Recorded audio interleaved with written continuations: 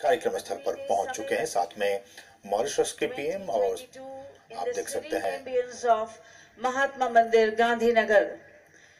We are indeed honored to welcome with Prime Minister Narendra Modi ji, Honorable Prime Minister of Republic of Mauritius, Shri Pravind Kumar Jagannath, Tedros Adhanom Ghebreyesus, Director General WHO,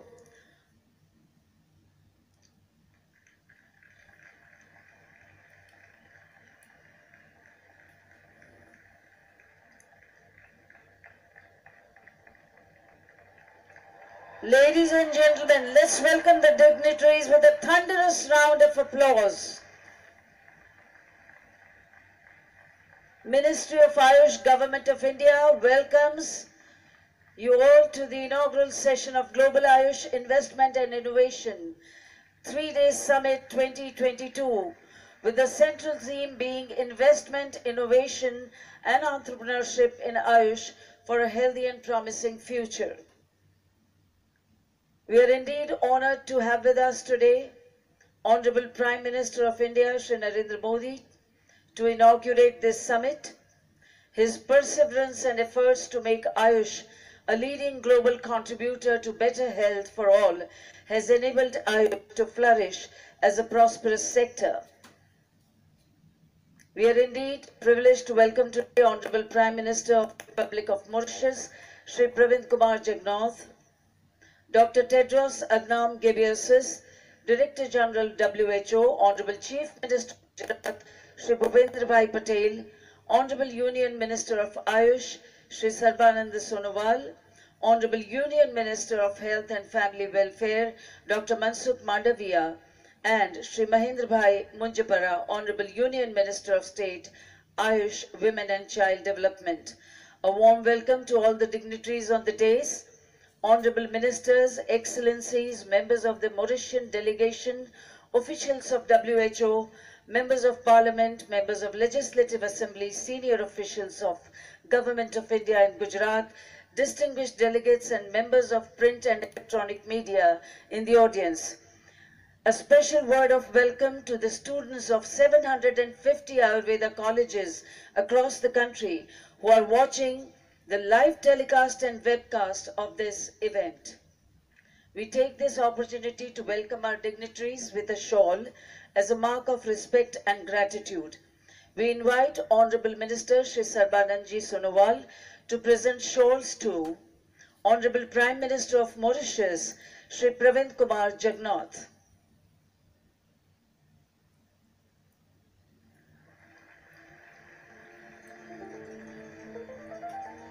Welcome, sir, and thank you. Director General WHO, Dr. Tedros Adhanom Ghebreyesus.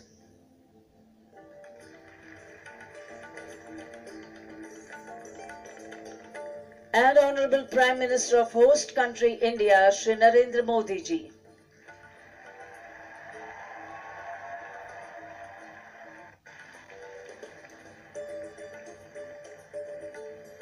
Thank you, sir. We request Honorable Minister Shri Sarbanand ji to invite Honorable Prime Minister of India, Honorable Prime Minister of Mauritius, Director General WHO, and Honorable Chief Minister of Gujarat and other dignitaries to light the auspicious lamp to the rendition of an invocation to Lord Dhanvantari, the Lord of Ayurveda and incarnation of Lord Vishnu, to be presented by Amip and Ashita Prajapati for Rang events.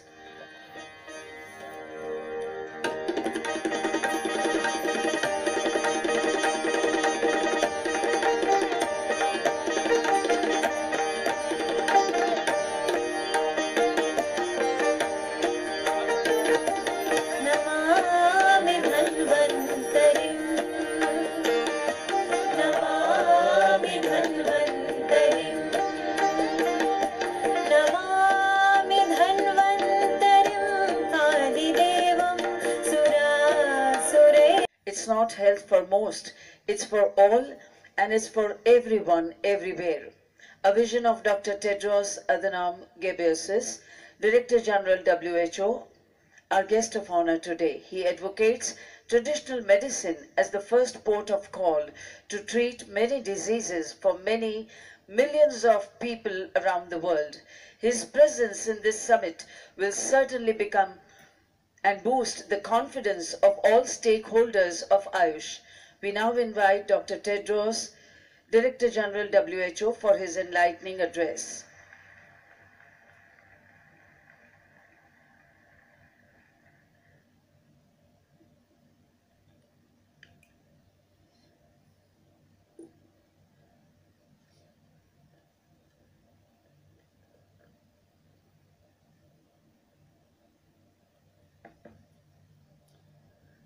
Who Mahatma Gandhi ni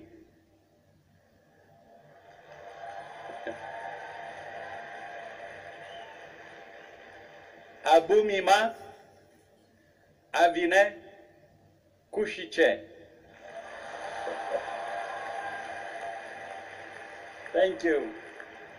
I'm glad to be here in the state or in the country of Gandhi, the pride of not only India, but also the pride of the world. Thank you so much. Namaskar. Your Excellency Prime Minister Modi, Your Excellency Prime Minister Pravind Kumar Jagnauth, Your Excellency Chief Minister Pebundira Patel, Your Excellency Minister Sarbananda Sonowal, and my sister, Regional Director of the World Health Organization, Dr. Poonam Ketrapal Singh, Honorable Cabinet Ministers and Ministers of State, Excellencies, dear colleagues and friends. I'm happy to be here, and it's such a great honor to join you all today. His Excellency Prime Minister Modi tells us that the world is one family, and that the knowledge of health inherited by one society should benefit all people. This is the basis upon which we established the first and only WHO Global Center for Traditional Medicine in Jamnagar, Gujarat.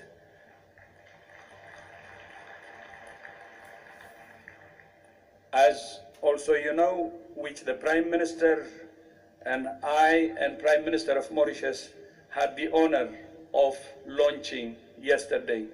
For me, it's very historic, and I know in traditional medicine, it will be a game changer. The center is designed to be an engine of innovation to drive the agenda for evidence, data, and sustainability in traditional medicine. The new global center will connect with traditional medicine practitioners from all over the world and help standards for research and evidence-informed policies to improve health, as His Excellency Prime Minister Modi said yesterday.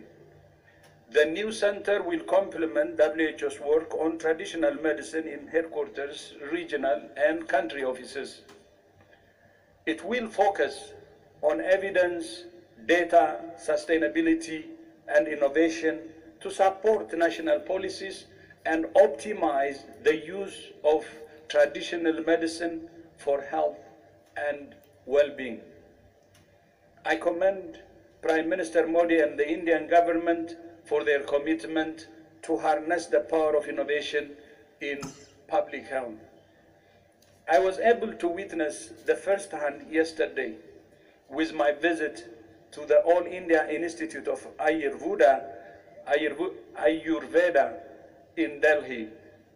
I heard about holistic Ayurveda and Panchakarma treatment in the Ayurveda pediatric department, as well as holistic traditional recipes and therapeutic diets. It's easy to see the great potential traditional medicine has if it can be given attention globally. I also learned that the hospital data is managed with an integrated hospital management system, which is an encouraging sign of using technology to marry traditional medicine with modern methods, traditional and modern side by side, the center being saving the patient. So it's patient-centered or person-centered. It's heartening to see the efforts of the AYUS ministry to foster this spirit of collecting data for research in the traditional medicine community. India's public health leadership was already demonstrated by the launch of the WHO Collaborating Center on Health Innovations, which was launched on World Health Day 2022 at the Kalam Institute of Health Technology in Visakhapatnam.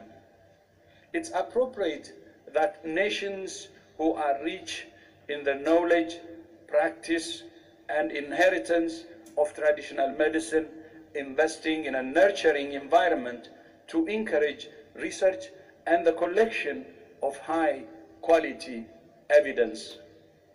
The AYUS sector is also growing significantly by 17% per year since 2014. In fact, AYUS industry is projected to reach $23 billion by the end of this year.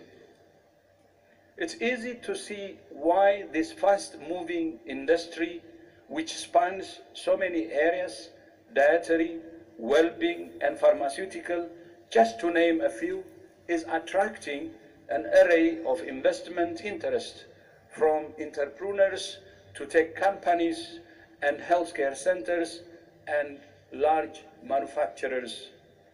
As I remarked yesterday, through the AYUS sector, India will go to the whole world, and the whole world will come to India.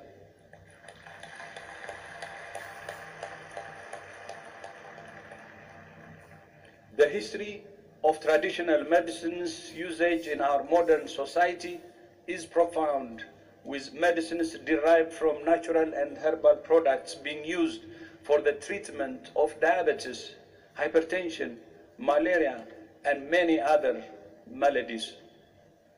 Even aspirin is derived from natural sources, and yoga, for instance, has been associated with improvement in cardiovascular risk factors and may be helpful for the prevention of cardiovascular disease.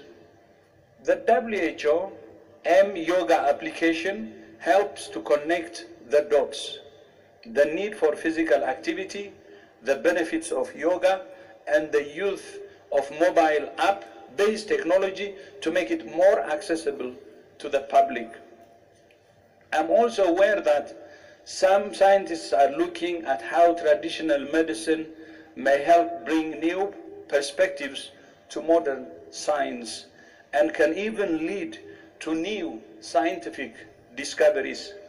More studies needed, including with clinical trials, to help bring the benefits of traditional and complementary medicine into wider use as appropriate in health systems.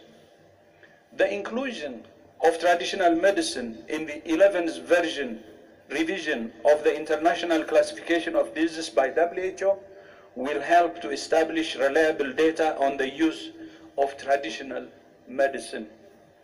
We're exploring innovative study designs and the use of artificial intelligence to document the impact of traditional medicine practices in cases when standard randomized trials are not possible or are difficult to undertake. For traditional medicine, innovation should also mean a process of adaptation and evolution. WHO places great value on strategies to promote health and prevent disease, something that traditional medical practices also emphasize. Traditional medicine could be considered as a complement to the services offered by people-centered health systems that balances curative services with rehabilitative and preventive care. We know that preventing disease not only leads to an improved quality of life for individuals, but is a cost saving to governments in the long run. We need more attention, therefore, to our diets, our physical activity, as well as our mental and spiritual health. Strengthening the evidence base of traditional medicine should facilitate its use by communities to promote better health outcomes, economic benefits, and overall impact. I will leave you with 3 areas of focus. Going forward, first, long-term strategic investments along with government commitment are needed to support the innovation ecosystem for health in general and traditional medicine in particular. Second, for innovators, industry, and governments to develop traditional medicines in a sustainable, environmentally sensitive, and equitable manner. And third, when bringing traditional medicines to market, we must make sure that the communities that passed on this knowledge and nurtured these traditional products also benefit from their development, including by sharing the fruits of intellectual property. Let me once again congratulate His Excellency the Prime Minister Modi, for his leadership in prioritizing a relatively neglected area of healthcare. Thank you so much